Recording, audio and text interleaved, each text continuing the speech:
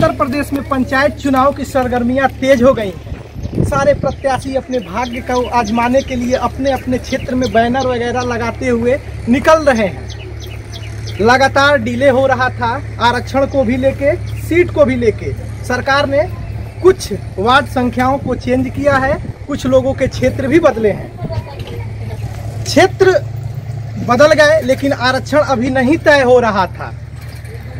उसी बीच उत्तर प्रदेश हाईकोर्ट ने यह निर्देश दिया उत्तर प्रदेश सरकार को कि आप जल्द से जल्द चुनाव कराएं। 30 अप्रैल तक पंचायत चुनाव करा लें और 17 मार्च तक आप आरक्षण तय करें।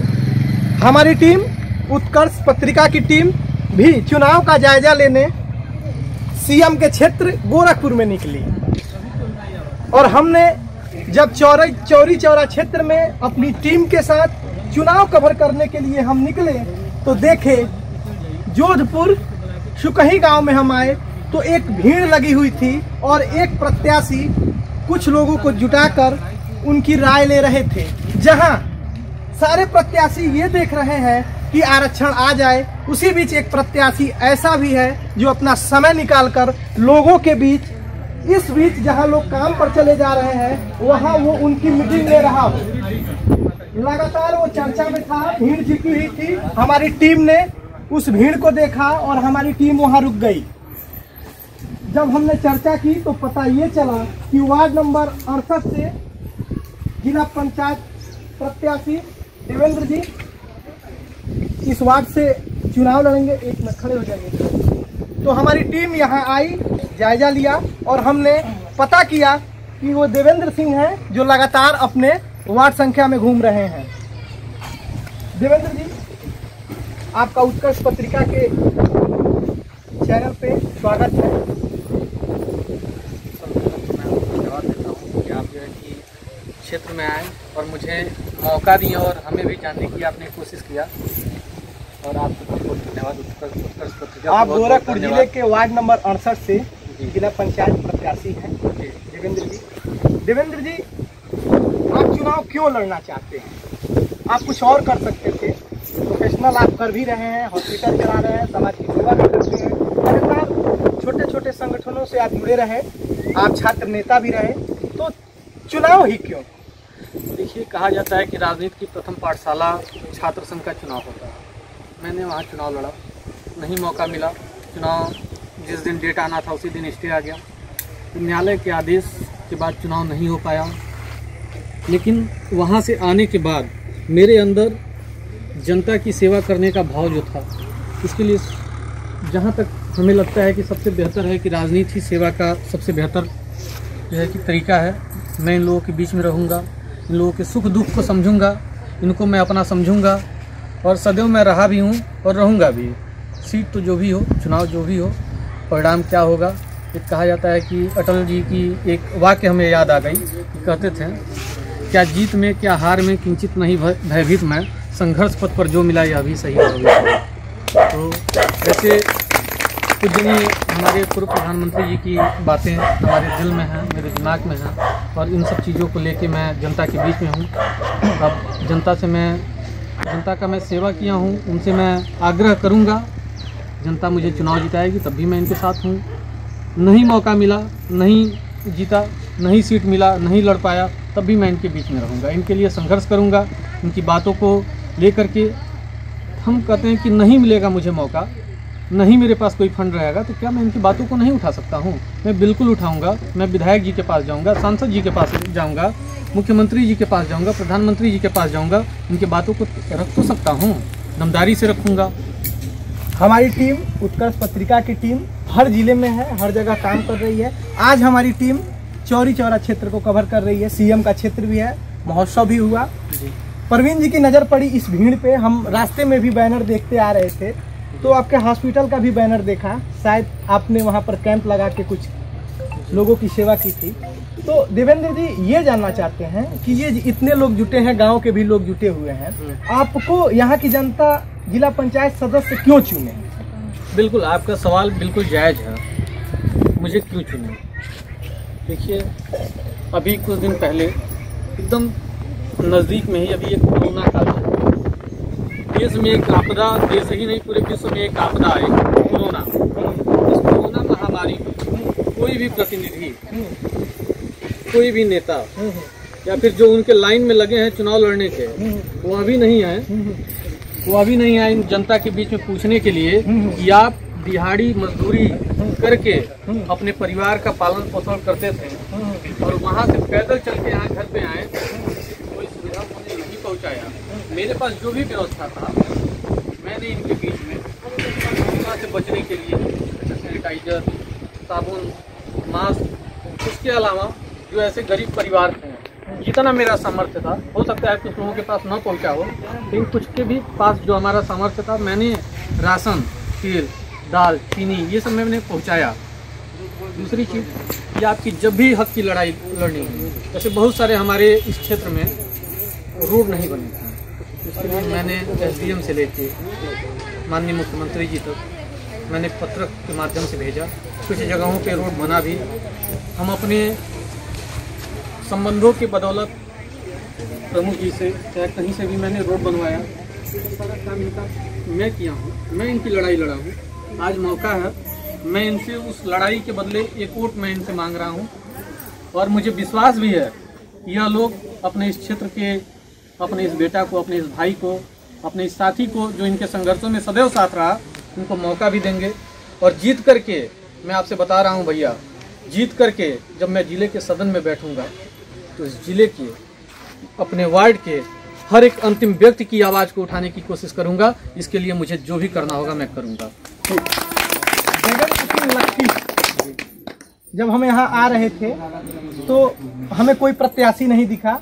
हमने सोचा कि ग्राम प्रधानों के वाइट लेंगे जिन्होंने काम किया है, विकास को जानेंगे, लेकिन एक प्रत्याशी आप अपने क्षेत्र में घूम रहे हैं। कुछ लोग इंतजार कर रहे हैं आरक्षण आ जाए तब क्षेत्र में घूमेंगे, इंतजार कर रहे हैं कि घूमेंगे। ये भी लोग व्यस्त हैं, ये अपनी मजदूरी पे चले जाते होंगे और आप भी व्यवसायिक आदमी हैं, अपना काम देखते हैं, लेकिन कैसे समय निकाल पा रहे हैं इन लोगों के लिए और अपने क्षेत्र के लिए? देखिए, व्यवसाय तो है, व्यवसाय एक अलग की बात है। मेरे पास बहुत सारे अपने व्यवसाय हैं, लेकिन क्या मैं चुनाव के चक्कर में, मैं क्या एक जिला पंचायत सदस्य बनने की होड़ में क्या मैं इनके साथ संघर्ष नहीं कर सकता? क्या इनके बातों को मैं उठा नहीं सकता? क्या इनके कदम से कदम मिला करके नहीं है कि मैं इनका सेवा करूं तो मेरे पास पद नहीं रहेगा। मेरे पास पद नहीं रहेगा तभी मैं इनके बीच में रहूंगा। सीट क्या होगा क्या नहीं होगा मैंने पहले ही आपसे ये बात बता दिया था। मैं सेवा के भाव से आया हूँ, न कि किसी पद का ही लालसा है। ये अलग की बातें हैं कि जब मैं जनता की सेवा करता हूँ, जनता का सेवक बन के आया हूँ और इनका सेवा करता रहा भी हूँ, मुझे समाज में एक पद की भी आवश्यकता होती है। ऐसे में अगर आप लोग पद देंगे मुझे तो मैं और मजबूती से आपकी बातों को उठाऊंगा। नहीं सीट मिलेगा तब भी मैं संघर्ष करूंगा आपके साथ। मैं तब भी आपकी बातों को, मैं बोला कि आप समाज के हर एक अंतिम व्यक्ति की बातों को उठाऊंगा। ऐसा नहीं है कि कुछ गिने चुने लोगों का ही मैं बात उठाऊंगा। देवेंद्र जी, हमारी टीम कहीं भी जाती है, जो भी प्रत्याशी अपने बैनर लगाए हैं हम अध्ययन करते हैं, फिर क्षेत्र में जाते हैं। तमाम लोग संघर्षशील हैं। संघर्ष कैसा है? देवेंद्र सिंह लकी संघर्ष करके आए हैं। आपका संघर्ष किसी से छिपा नहीं है। किस तरह का आपका संघर्ष रहा है, इनके भी बच्चों का संघर्ष रहा है। तो आप उस संघर्षों को लेते हुए एक युवा को, अगर आप प्रत्याशी बनते हैं, जनता आपको ये पदभार संभालने का मौका देती है, तो ऐसे कौन से काम होंगे? आपने काम तो बताया समाज में ये सेवा है, लेकिन वो 3-4 बिंदु कौन से हैं जिस पे आप फोकस करेंगे? देखिए, सर्वप्रथम मैं चुनाव जीतने के बाद मेरा सबसे पहला मुद्दा है, तो सबसे पहली लड़ाई है कि शिक्षा। मैं हर एक गरीब परिवार के बच्चे को मैं यही पूरा प्रयास करूंगा कि वह शिक्षित बने, क्योंकि वह शिक्षित बनेगा तो अपना भविष्य, अपना ही भविष्य नहीं, आने वाली पीढ़ियों का भविष्य वे सुधारेगा। बाबा साहेब ने जो काम किया है, मैं बता रहा हूँ, दिल से मैं बता रहा हूँ। बाबा साहेब ने समाज के हर एक अंतिम व्यक्ति को शिक्षा दिलाने के लिए, और उन्होंने भी अपने जीवन में बहुत सारे संघर्ष किए हैं। मेरे आदर्श हैं बाबा साहेब। मैं उनकी कुछ बातें हैं, शिक्षित बनो, संगठित रहो, तो मैं इन लोगों को शिक्षित बनाने के लिए जो भी करना होगा मैं करूँगा। और एक और चीज़ है, अब पद की बात अगर छोड़ दिया जाए तो जो भी गरीब परिवार का बच्चा है, जो भी अनाथ बच्चा है, जिसके माँ बाप नहीं हैं, मैं उनको पढ़ाने के लिए मैं अपने पर्सनल जो भी मेरा स्रोत होगा आय का, मैं उससे उनको पढ़ाऊंगा और शिक्षित बनाऊंगा। ये हमारी सबसे पहली लड़ाई है। दूसरी चीज़ है, शिक्षा के अलावा आप आते हैं चिकित्सा पर। बहुत सारे हमारे ऐसे गरीब परिवार के लोग हैं, कोई ना कोई बड़ी बीमारी से कभी ग्रसित हो जाते हैं और किसी शहर के बड़े हॉस्पिटल में जाते हैं, तो इन बेचारों का कितना शोषण होता है तो मैं खुद देख सकता हूँ और महसूस भी कर सकता हूँ, क्योंकि ऐसी जगह मैं बैठा हूँ। सुविधा नहीं है, आप जो है कि इन्हीं कारणों से आप लोग दूर जाते हैं। रास्ते जो भी रहेंगे बनवाने के लिए जो मुझे करना होगा, यहाँ तक कि अगर इनकी रास्ते के लिए मुझे धरना देना पड़ेगा, लड़ाई लड़ना पड़ेगा, तो अभी मैं लड़ूंगा, लेकिन रास्ता मैं बनवाऊंगा। तो यह सारी मुद्दे हैं। मैं अभी जैसे कुछ दिन पहले 2018 में मैंने साधन सहकारी समिति कलनापार नया पंचायत का मैं चेयरमैन चुना गया। पहले इन लोगों को खाद का बहुत सारा किल्लत होता था, किसी को नहीं मिलता था ढंग से खाद, कालाबाजारी होती थी। मेरे जीतने के बाद आज कोई भी ऐसा व्यक्ति नहीं है जो कह दे कि मैं खाद किसी कालाबाजारी से मैं खरीदता हूँ। यह लोग सीधे जाते हैं, सोसाइटी से खाद खरीद के लाते हैं, सस्ते दामों पे लोग खरीद के लाते हैं, जो सरकारी रेट है, 1 रुपया कोई ज़्यादा भी नहीं देता है। और मैं बिल्कुल वहाँ पे कड़ाई के साथ मैं खड़ा रहता हूँ कि अगर कोई भी 1 रुपया ज़्यादा लेने का काम करेगा तो उनकी ईंट से ईंट मैं बजाऊँगा। देवेंद्र सिंह जी कुछ समीक्षा कर रहे हैं और तमाम महिलाएं यहाँ बैठी हुई हैं, उनकी मीटिंग चल रही है। उनसे जानते हैं कि ये मीटिंग में क्या चर्चा कर रही हैं और ये किस लिए मीटिंग है। आपका नाम क्या है? मेरा नाम सभी भाई और बहन को मेरा नमस्ते। मेरा नाम तमीमा है, मैं फुलवरिया की रहने वाली हूँ। मेरे समूह का नाम अंसारी महिला स्वयं सहायता समूह है, उसमें का मैं अध्यक्ष हूँ। मेरे ग्राम संगठन का नाम सवेरा महिला ग्राम संगठन है, उसमें का मैं सदस्य हूँ। मेरे शियल्लभ का नाम संकल्प प्रेरणा महिला संकुल समिति का, उसमें का मैं सदस्य हूँ। और मैं अपने आपके गांव में सीनियर सीआरपी के पद पे ड्यूटी लगा है 10 दिन के लिए, और यहाँ पे आई हूँ कुछ महिला को सीखने और सिखाने के लिए। धन्यवाद। तो क्या सीखने और सिखाने में क्या है, बताइए कुछ। हमारे एक सदस्य को जोड़कर समूह बना, उसी तरह हम 12 समूह को मिलाकर हम अपना ग्राम संगठन इस गांव में बनाने आए हैं और महिला को जागरूक करने आए हैं कि महिला कुछ जागरूक होकर अपने गांव को संभाले, जो भी उनकी रोजी रोटी है आगे बढ़ने की कोशिश करे। तो आप फिलहाल में अभी क्या क्या सिखा रही हैं? क्या क्या रोजगार परक बने, वो कुछ पैसे कमाए, गांव को संभाले, तो ऐसी क्या क्या योजना है कि आप महिलाओं को सिलाई वगैरह क्या क्या है, बताइए उसमें। हाँ बताइए। महिलाओं को एक समूह से जैसे मान लीजिए प्रार्थना परिचय, अपना जब प्रार्थना परिचय इन लोगों को आ जाएगा तब ये लोग आगे की कदम बढ़ाएंगी, तब इन लोगों को आगे रोजगार मिलेगा। ग्राम संगठन बनाने से यही हम लोग का फायदा है कि ग्राम संगठन में हर रोजगार आने का मौका मिलेगा, इन लोगों का काम करने का मौका मिलेगा और ग्राम संगठन में जागरूक होंगी। इन लोगों को 5 पदाधिकारियों का चुनाव हुआ और कल प्रधान जी स्कूल में, आप ही बोलिए, उनसे बोलिए। ठीक है, ये लोग बैठी हैं, चर्चा कर रही हैं रोजगार के लिए किस तरह से ये संगठित हो और ये कौन काम सीख के, कुछ जैसे सिलाई हुआ, कढ़ाई हुआ, तमाम ऐसी चीजें हैं जो आपके पास स्किल है, उसको आप इस संगठन के माध्यम से सीखें और कुछ रोजगार प्राप्त करें। तो आप किस तरह के रोजगार लोगों को सिखा रही हैं? आप कुछ बता रही थी, उनसे बताइए। सभी दीदी और भैया को नमस्ते। मेरा नाम है बेबी, हमारे गांव का नाम है बड़ी पंसरई, ब्लॉक है सरदार नगर, जिला है गोरखपुर। हमारे समूह का नाम है भारतीय महिला स्वयं सहायता समूह से हम जुड़ी हुई हूँ और हमारे ग्राम संगठन का नाम है नई रोशनी महिला ग्राम संगठन, उसमें के हम सदस्य हैं। और हमारे क्लस्टर का नाम है सौभाग्य प्रेरणा संकुल स्तरीय संघ से हम जुड़ी हुई हूँ। हमारे परियोजना के नाम है दीन दयाल अंत्योदय राष्ट्रीय ग्रामीण आजीविका मिशन के तहत जुड़ के हम लोग सीनियर सीआरपी के पद पर उपस्थित हूँ।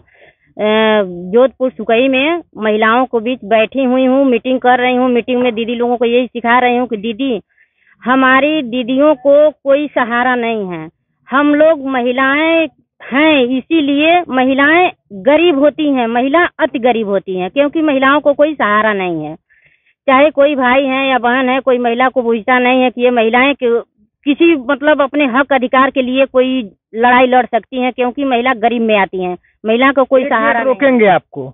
आज की महिला पुरुषों से कदम मिला के चल रही हैं। माना कि कुछ संख्या कम है, आज की महिला सेना में है, देश संभाल रही हैं, तमाम उन पदों पे हैं, आर्मी में भी हैं, पायलट भी हैं।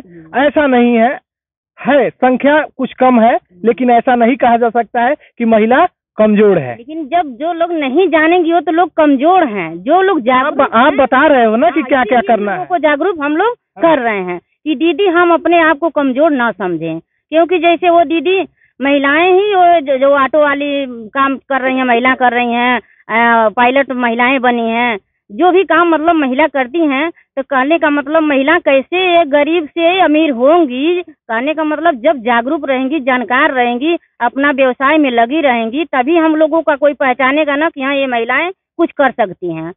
तो कहने का मतलब दीदी लोग समूह से जुड़ करके कोई अपना रोजगार नहीं कर पा रही हैं। 3 लोगों को हम लोग यही बता रहे हैं कि समूह से जुड़ करके देखिए, हमको कढ़ाई करने का, सिलाई करने का, ब्यूटी पार्लर करने का, ये भी जो भी काम मिलेगा हमको समूह के द्वारा 2 पैसा का रोजगार मिलेगा। हम अपने रोजी रोटी में लगे रहेंगे, किसी के आगे हमको हाथ पसारने का जरूरत नहीं लगेगा। ये बहुत अच्छी पहल है और आप ये योगदान कर रही हैं, इसके लिए आपको उत्कर्ष पत्रिका पे आपका स्वागत करता हूं मैं। और ये तमाम योजनाएं आप अच्छी लोगों को सिखाएं कि वो मतलब कि वो काम कर सके, कुछ रोजगार प्राप्त कर सके। लेकिन ऐसा कहना कि महिला कमजोर है, देश का बजट भी एक महिला ही पेश कर रही है। ठीक है, तो ये तमाम लोग मौजूद थे, ये तमाम लोग मौजूद हैं। इस पे 2 शब्द हम देवेंद्र सिंह लक्की जी का सुनेंगे। जी, जैसा कि आप लोगों ने बोला कि महिलाएं पीछे हैं, देखिए इस देश की बेटी किरण बेदी भी थी, जो पहली IPS अधिकारी हैं। और मैं कोशिश करूंगा कि जैसा मैं बोला, हमसे पहले भी बात हुई आप लोगों से, कि मेरा सबसे पहला उद्देश्य है शिक्षा। जब मैं शिक्षित करूंगा लोगों को, मैं किसी अपनी बहन को शिक्षित करूंगा, किसी बेटी को शिक्षित करूंगा, तो हो सकता है कि हमारे भी इस छोटे से गांव में, इस छोटे से कस्बे से कोई एक किरण बेदी निकल जाए। तो मेरा उद्देश्य है कि महिलाएं शिक्षित हों, ज्यादा से ज्यादा लोग शिक्षित होंगे, तभी जो है कि समाज में समानता का भाव आएगा सबके अंदर। ये देवेंद्र सिंह लक्की वार्ड नंबर 68 से यहाँ महिलाओं की मीटिंग चल रही थी और ये मीटिंग में सम्मिलित हुए थे, हमने इन्हें कवर किया। कैमरा संभाल रहे हैं सतीश, मेरा नाम शशि भूषण तिवारी और आप इस समय उत्कर्ष पत्रिका देख रहे हैं।